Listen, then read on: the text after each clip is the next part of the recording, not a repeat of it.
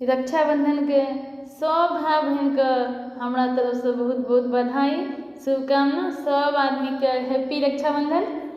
राखी के दिने सुदिने यो भैया मन राखबे। राखी के दिने सुदिने यो भैया मन राखबे। बाटे ताकैया छोटकी बहिने यो भैया मन राखब। बाटे ताकैया छोटकी बहिने यो भैया मन राखब। राखी के दिने सुदिने यो भैया मन राखब। बाटे ताकैया छोटकी बहिने यो भैया मन राखब। राखी बन्हाई भैया चाहिन गहना। राखी बन्हाई भैया चाहिन गहना।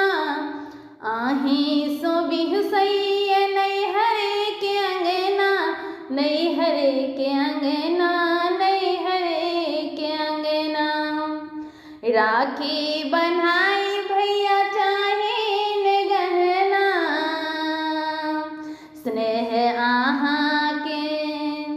स्नेह आहाँ के हमरा पसीने यो भैया मन राखब। स्नेह आहाँ के हमरा पसीने यो भैया मन राखब। राखी के दिने सुदिने यो भैया मन राखब। राखी के दिने सुदिने यो भैया मन राखब। बाटे ताकैया छोटकी बहिने यो भैया मन राखब। बाटे ताकैया छोटकी बहिने यो भैया मन राखब। बहिनक हृदय में बसै छी भैया। बहिनक हृदय में बसै छी भैया। जहिना सुभद्रा ला कृष्ण कन्हैया। कृष्ण कन्हैया कृष्ण कन्हैया। बहिनक हृदय में बसै छथि भैया। राखी अनने छी। राखी अनने छी हमहू कीने यो भैया मन राखब। राखी अनने छी हमहू कीने यो भैया मन राखब। बाटे ताकैया छोटकी बहिने यो भैया मन राखब।